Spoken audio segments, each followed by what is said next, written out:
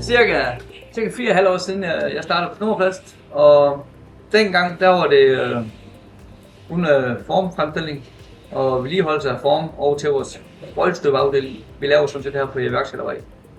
Men sidenhen så er der jo kommet mange andre ting på banen.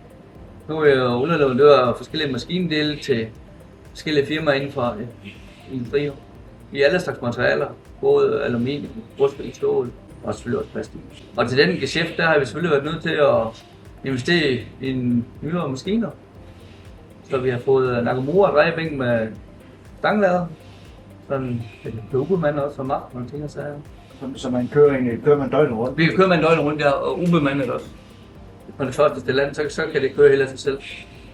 Ligeledes har vi fået vores lille dosenfrejser med robot på, som også, når den først bliver fyldt op, så kan den også stå og køre mange timer uden bemanding, så man er fri for hele tiden og skal stå og fylde maskinerne op manuelt.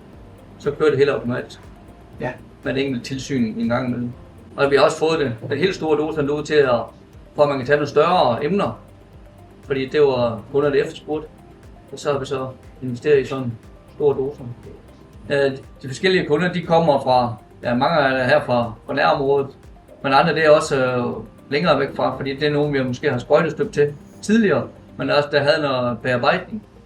Og det har vi så overtaget, og så servicerer dem også på det punkt. Så vi leverer sådan en totalpakke til dem.